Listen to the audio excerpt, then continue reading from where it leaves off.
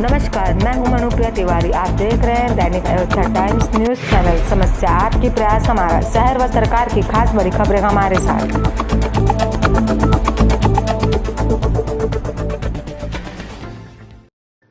नमस्कार, दैनिक Ayodhya times news में आपका स्वागत है। महिला पत्रकार के साथ हुई धोखाधड़ी पर पत्रकारों द्वारा प्रकाशित खबरों का हुआ असर।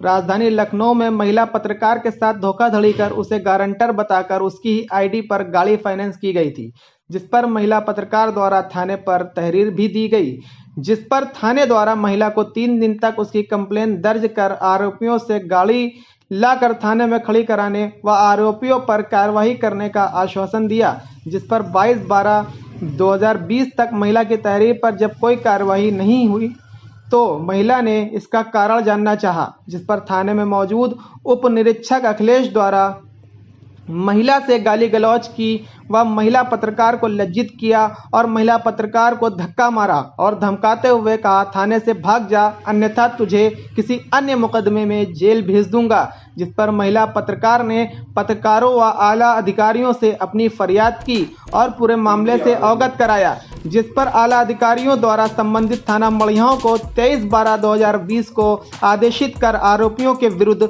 मुकदमा पंजीकृत कर सख्त कार्रवाई करने का आदेश दिया, जिस पर थाने द्वारा आरोपियों पर 420, 406, 504, 506 धाराओं पर मुकदमा तो पंजीकृत कर लिया गया।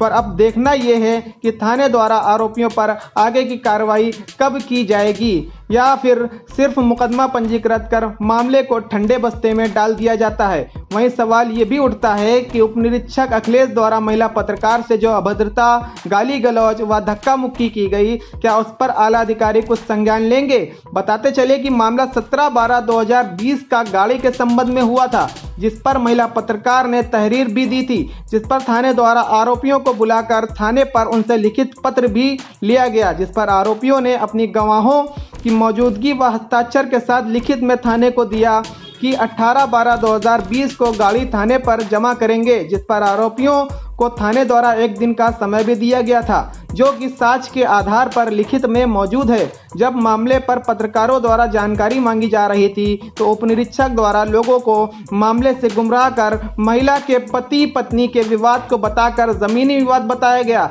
जिससे इस मामले का कोई लेना देना नहीं था। जब मामला महिला पत्रकार के पति पत्नी का विवाद माननीय न्यायालय विचाराधीन है, जिस पर संबंधित थाने से महिला पत्रकार के पति पर NBW एक्ट लगभग 2014 वर्ष लगभग 2 वर्ष से वारंट भी जारी है, तो साहब मामला या सवाल ये उठता है कि उक्त मामले में क्या उप निरीक्षक द्वारा आरोपियों को बचाने का प्रयास किया जा रहा था? साहब, जब महिला पत्रकार के पति पत्नी के मामले में माननीय न्यायालय में विचाराधीन है तो थाना क्षेत्र क्या खुद को न्यायालय बनकर फैसला करेगा कि कौन गलत है कौन सही? लेकिन परीक्षा यहाँ पर ख़त्म नहीं होती। महिला की परीक्षा यहाँ पर ख़त्म नहीं होती। उप निरीक्षक द्वारा लोगों को 17/12/2020 के गाड़ी के प्रकरण से गुमराह करने की पूरी कोशिश तो की गई, लेकिन साहब शायद सच फिर जीता।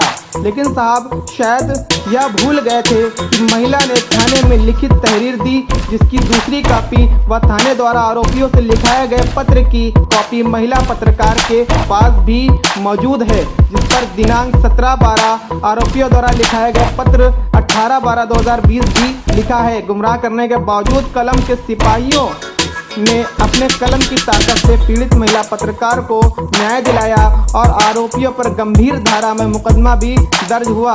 पर अब देखना यह है कि शासन प्रशासन के आला अधिकारियों द्वारा उप निरीक्षक द्वारा किए गए महिला पत्रकार से अभद्रता, धक्का मुक्की, गाली गलौज पर उप निरीक्षक अखिलेश पर क्या कार्रवाई की जाएगी और आरोपियों पर दर्ज मुकदमा 420, 406, 504, 506 में आगे की कार्रवाई कब होगी? वहीं पीड़ित पत्रकार ने बताया कि आरोपियों द्वारा महिला पत्रकार को लगातार फोन किया जा रहा है, लेकिन महिला पत्रकार ने आरोपियों का अब तक फोन नहीं उठाया। दिनांक 17/12 को आपने थाना मड़ियाओं की पुलिस को जब अपना गाड़ी के संबंध में प्रार्थना पत्र दिया तो उस पर पुलिस द्वारा आपकी क्या मदद की गई?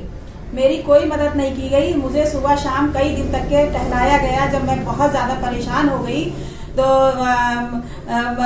मतलब जब मैं बहुत ज्यादा दौड़ भाग करके जब मैं परेशान हो गई तो फिर एसीपी महोदय की मदद से किसी सूरत से मेरी एफआईआर तो दर्ज करा दी गई, लेकिन अभी तक के ना आरोपियों को गिरफ्तार किया गया है और न ही जो है मेरी गाड़ी दिलाई गई। पुलिस आपकी मदद क्यों नहीं करना चाहती है? क्योंकि पुलिस जो है आरोपियों से मिली हुई है।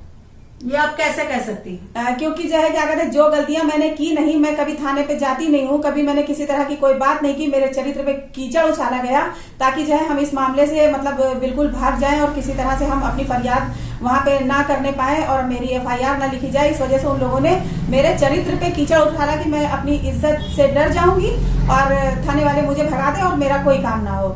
लेकिन जो है क्या कहते हैं, बहुत बहुत मैं शुक्रिया अदा करना चाहती हूँ माननीय सांसद जी कौशल किशोर जी का और रुखसाना नकवी जी का और जो हमारे जितने पत्रकार भाई हैं सभी की निष्पक्ष सभी लोगों ने मेरी मदद की, जिसकी वजह से हमारी एफआईआर लिखी गई। अब आप आला अधिकारियों से क्या मदद चाहती हैं?